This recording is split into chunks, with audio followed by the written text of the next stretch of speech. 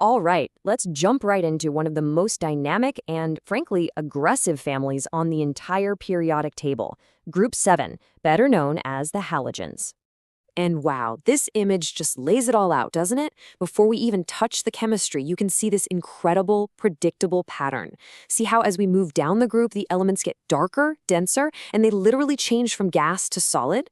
This beautiful progression is exactly why the halogens are such a perfect group to study.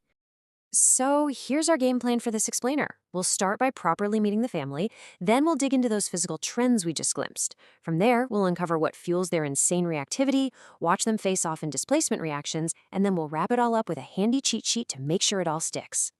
Okay, first things first. The name halogen literally means salt former, which, trust me, is a massive clue about their personality. They are, without a doubt, the most reactive group of nonmetals you'll find. Now, this right here, this is the absolute key to understanding everything about them. It all boils down to one simple fact. They have 7 electrons in their outer shell. That means they are just 1 electron away from having a full, stable shell, like a noble gas.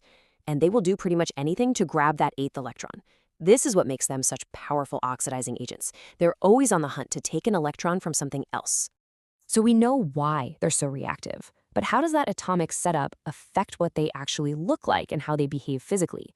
Well, as we go down Group 7, we see these incredibly clear, predictable changes. And here's the proof, laid out perfectly. Up top, you've got fluorine, a pale yellow gas, and chlorine, a greenish yellow gas.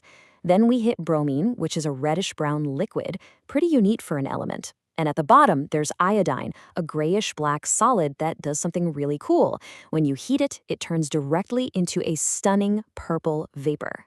So here's the crucial takeaway. All of these trends, the darker colors, the shift from gas to solid, the rising density and boiling points, they all happen for the exact same reason. As you go down the group, the molecules get bigger, and bigger molecules have stronger forces of attraction between them. It's that simple. It just takes more energy to pull them apart, which is why their melting and boiling points go up. Okay, we've got their physical nature down. Now for the main event, their intense, almost furious chemical reactivity. So what is it that gives them this aggressive chemical personality? Well, it all goes right back to that atomic structure we looked at a minute ago. Exactly. They are so desperate to gain that 1 extra electron to complete their outer shell. This powerful drive comes from the strong positive pull of their nucleus, trying to snatch a nearby electron.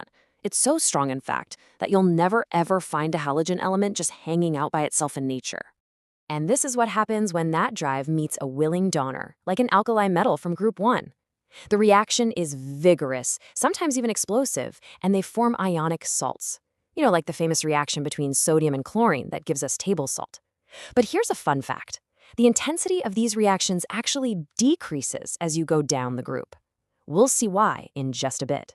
Now, halogens don't just react with metals. When they meet hydrogen, they create something called hydrogen halides. And it's a really cool 2-part story. First, you get a toxic covalent gas, think hydrogen chloride. But then, for part 2, if you dissolve that gas in water, it undergoes a complete personality change. It splits apart into ions and forms a really strong acid, like hydrochloric acid. Okay, this brings us to the ultimate test of halogen reactivity, the displacement reaction. This is where we can really see their competitive nature shine. The whole concept is actually super simple, and I love this chemical bully analogy. A more reactive halogen will always swoop in and kick a less reactive one out of its salt solution. It's a fight for electrons, what we call a redox reaction. And the pecking order is crystal clear. Fluorine is the toughest, then chlorine, then bromine, and finally iodine at the bottom. Let's actually watch it happen. In this first test, we're adding chlorine to a clear solution of potassium bromide. Since chlorine is more reactive, it just bullies its way in and steals electrons from the bromide ions. The chlorine is reduced, the bromide gets oxidized, and bam, the proof is right there. The solution turns that distinct orange color of bromine. Okay, now let's move one step down the ladder. This time, we add bromine to colorless potassium iodide. Now, bromine might have lost to chlorine, but it's definitely more reactive than iodine. So it does the exact same thing. It displaces the iodide ions, grabs their electrons, and forms iodine. The bromine is reduced, the iodine is oxidized, and the solution turns brown, beautifully confirming the trend. So here it is, the big rule. Why does reactivity decrease as you go down the group? It's all about size. As the atoms get bigger, their outermost shell gets further and further away from the positive nucleus. That extra distance, plus all the inner electrons getting in the way, means the nucleus just doesn't have as strong of a pull on an incoming electron. It gets harder to attract that final electron you need to react. All right, we have covered a ton of ground. Let's pull all of these trends and ideas together into one simple, powerful summary. And here you have it, your halogen cheat sheet.